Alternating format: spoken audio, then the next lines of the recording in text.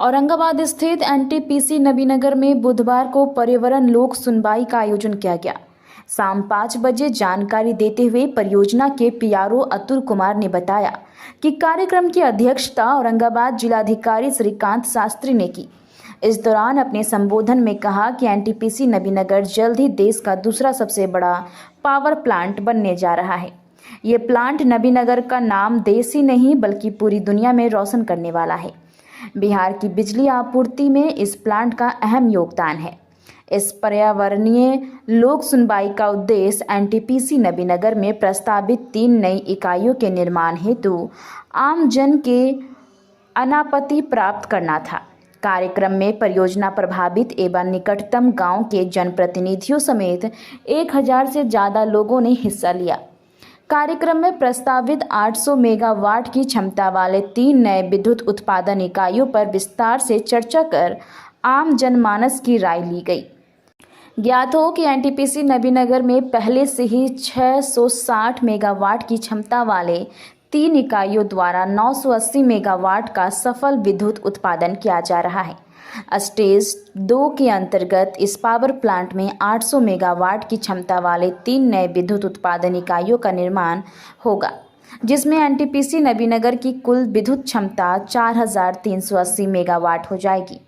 Stage 2 के सफल निर्माण के बाद यह पावर प्लांट उत्पादन क्षमता के हिसाब से देश का दूसरा सबसे बड़ा पावर प्लांट बन जाएगा। इस कार्यक्रम में अधिकारियों के द्वारा ग्रामीण जनमानस एवं जनप्रतिनिधियों के सारे प्रश्नों का जवाब विस्तार रूप से दिया गया और उनको आने वाली नई इकाइयों के बारे में विस्तार रूप से पूरी जानकारी प्रदान की गई। जिलाधिकारी के अलावा इस कार्यक्रम में बिहार राज्य प्रदूषण नियंत्रण बोर्ड के अधिकारी मनोरंजन सिंह, एनटीपीसी नबीनगर के परियोजना प्रमुख चंदन कुमार समांता समेत जिला एवं एनटीपीसी के अन्य वरिष्ठ अधिकारी मौजूद रहे। किया था उसको पूरा करें और यहाँ का पैसा कभी आरा नहीं चले जाए। और हम तो कहेंगे औरंगाबाद भी नहीं जाए, पहले नबीनगर विधानसभा बारून नबीनगर का विकास हो ले। अगर विकास यहाँ पूरा हो जाएगा तब ये पैसा कहीं जाए सीएसआर का, ये हम जरूर आग्रह करेंगे और हमको उम्मीद है समांता साहब इस बात को जरूर मानेंगे। अब इतना बड़ा है, अभी मेरा भाई कोई बोल रहा था कि कोई आरओबी की बात है। अब बताइए अंकोड़ा में, ठीक है आप खुद नहीं बना सकते बिना रेलवे के परमिशन से, मैं जानता हूं जो टेक्निकल चीजें हैं मैं कहूंगा, लेकिन रेलवे इसके लिए परमिशन एक जगह दे चुकी है। अगर सिमरा दुसाद में, तो यहां भी उसी आधार पर आपको परमिशन मिल सकता है और आप पैसा देने के लिए तैयार हो। सिमरा दुसाद में तो इसलिए नहीं बना कि उस समय हुआ था कि भारतमाला परियोजना जो पार करेगा वहां लिंक रोड सिमरा दुसाद में दे दिया जाएगा, यही मीटिंग में तय हुआ था। और उसमें माननीय ऊर्जा मंत्री भी बैठे हुए थे, आर.के. सिंह साहब, अगर सतीश भैया लोग को याद हो। भारतमाला से सिमरा वाला रोड जोड़ दिया जाए और 2 ओवरब्रिज आरओबी, एक तो सलैया में जहां से पार होता है और एक अंकोड़ा में जरूर बनाया जाए। और ये सब पैसा इसके बाद सरप्लस अगर हो जाता है तब जाकर आप कहीं दूसरे जगह पैसा दीजिए। इसमें सहमति है सबको कि यहाँ का पैसा यही खर्चा हो। हाँ, तो आगे भाई हम रिक्वेस्ट कर रहे थे कि एको पैसा यहाँ से जाए ना बाहर, खाली इतने पैसा दे देते। यार कोई एमपी के भंडारी बाबू 1 साल में 5 करोड़ मिले है, यहाँ ऐसा है कि एक प्रखंड में, एक विधानसभा में दोनों के मिला दिया जाए तो 25 करोड़ से 30 करोड़ रुपया कम्युनिटी डेवलपमेंट और सीएसआर में खाली हो जाए। तो इतना विकास हमने के बाधित रहबे न करे। और नौकरी में सर आइंदा हम ये रिक्वेस्ट जरूर करेंगे कि नौकरी दिया जाए तो 80% अनस्किल्ड में कहीं भाई कुदारी चलावे माटी ढोवे, हमने के सब आदमी क्या हुआ है, अनस्किल्ड में 80% से ज्यादा लोग यहाँ के रहे। ये ना कि धरना देली, सैकड़ों लोग हमरा से मिला कि हमरा ऐलान 2 लाख लग गल बहाल हो, 1 लाख लग गल बहाल हो। ऐसा बात है ना, हमको झूठ तो ना बोली थी। ये कौन करी थी भाई? यहाँ के हमने नेता करे थे, हम खुद ओकरा में जिम्मेवारी हम बनी थी। हम अपना के ना हम बहुत बड़ा चोर ही, ये कहला हम स्वीकार करे। हम अगर केकरो बहाल करे थे, हम पैसा ले लेती ओकरा से। एकरा से शर्मनाक बात का हो सके? कोयला ढोए वाला ऐसा 25 गो आदमी हमरा मिला जे कहा कि हम 1.5 लाख 1 लाख दे के फलना बाबू है, चिल्ला बाबू है, देखा धरना वहां देते हूँ और बाद नेतागिरी करके अपना ठेकेदारी करूँ और बहाल करूँ पैसा लेके। ये काम ना हुए, वो कमेटी बना दीजिए, इसमें जांच हो डीएम साहब कि वो मजदूर हर घर से एक व्यक्ति ऐसा हो। अरे इतना अभी 5 से 7 हजार एम्प्लॉयमेंट आएगा।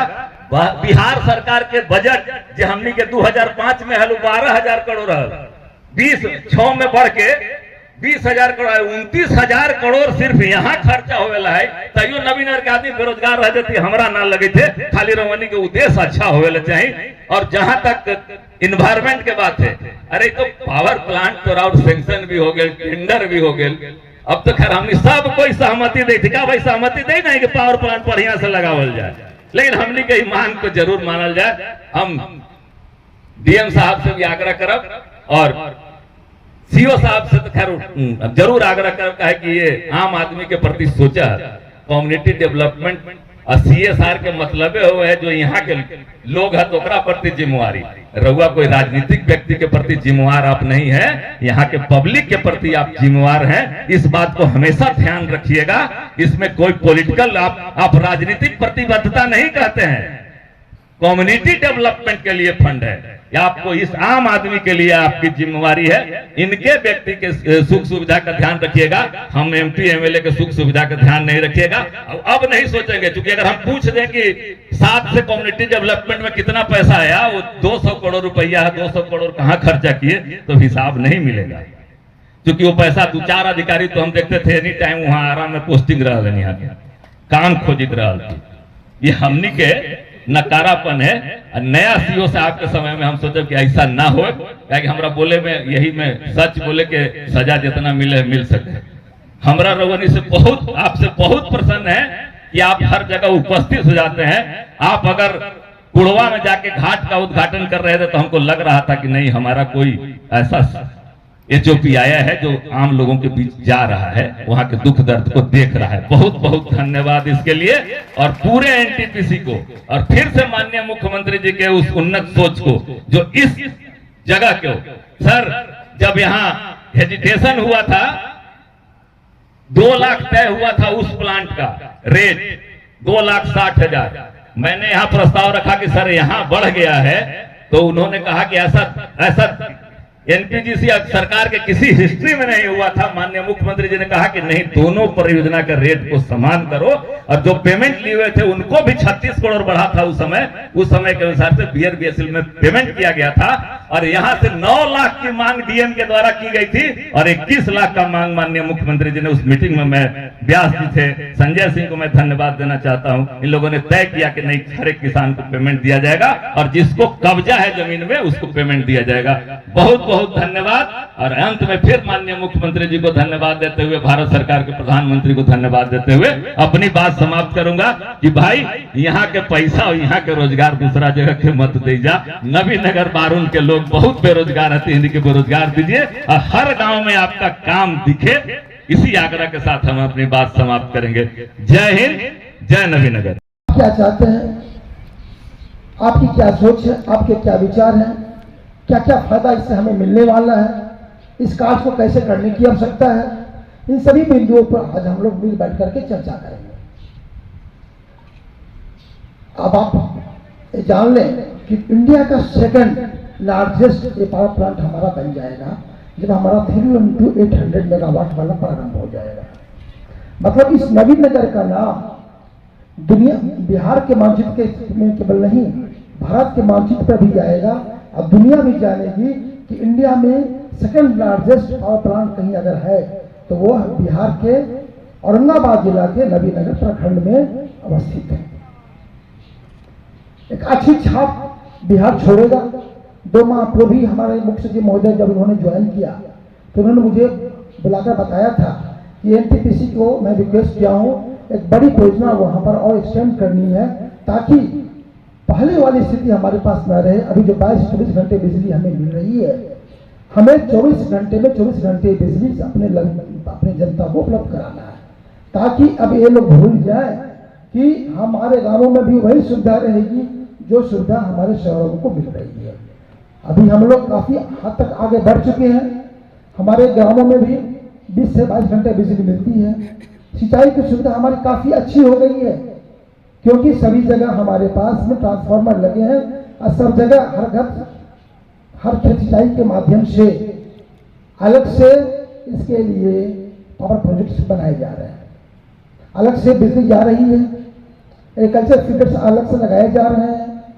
तो जब हमारे पास हमारे गांव में 24 घंटे बिजली मिलने लगेगी तो सोच लीजिए वो क्षण हमारे लिए कितना अभूतपूर्व क्षण होगा कि हम लोग गांव में भी शहरीकरण की तरफ बढ़ेंगे और गांव में भी हम लोग शहर की जो स्थिति होती है उसको महसूस करेंगे।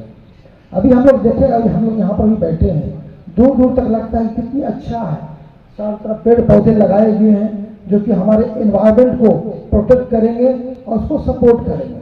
इसलिए आज आप जो भी विचार देंगे, हम लोग अच्छे विचार से, अच्छे मन से इस कार्य को मूर्त रूप देंगे और आप सभी से मेरा अनुरोध होगा कि बारी बारी से आकर के अपने अच्छे विचार इस पर प्रकट करें। धन्यवाद। क्या आप भी अपने बच्चों के लिए एक अच्छे स्कूल की तलाश में हैं, जो आपके बच्चे को बेहतरीन शिक्षा और संपूर्ण विकास प्रदान कर सके? तो चले आइए मानपुर के सबसे best school GD public school में। जीडी पब्लिक स्कूल मानपुर का एकमात्र ऐसा स्कूल है जहां एक्सपीरियंस टीचर्स द्वारा बच्चों को क्वालिटी एजुकेशन दी जाती है। हमारे यहाँ अत्याधुनिक एजुकेशनल फैसिलिटीज अवेलेबल है, जिनमें smart classrooms, well equipped labs और एक लाइब्रेरी शामिल है। हमारे स्कूल में सिर्फ एजुकेशन ही नहीं बल्कि बच्चों के संपूर्ण विकास के लिए अनेक एक्टिविटीज भी कराई जाती है, जैसे arts, crafts, music, dance class, house activities, sports, indoor outdoor. इन एक्टिविटीज के माध्यम से हम बच्चों के व्यक्तित्व को निखारते हैं और उन्हें आत्मविश्वासी बनाते हैं। अगर आप भी अपने बच्चे का एडमिशन जीडी पब्लिक स्कूल में करवाने का प्लान कर रहे हैं तो जल्दी कीजिए और अपने बच्चे का भविष्य सुरक्षित करें। जीडी पब्लिक स्कूल में एडमिशन जल्द ही शुरू होने वाला है, तो नीचे दिए गए नंबर पे आज ही संपर्क करें या विजिट करें हमारे वेबसाइट पे।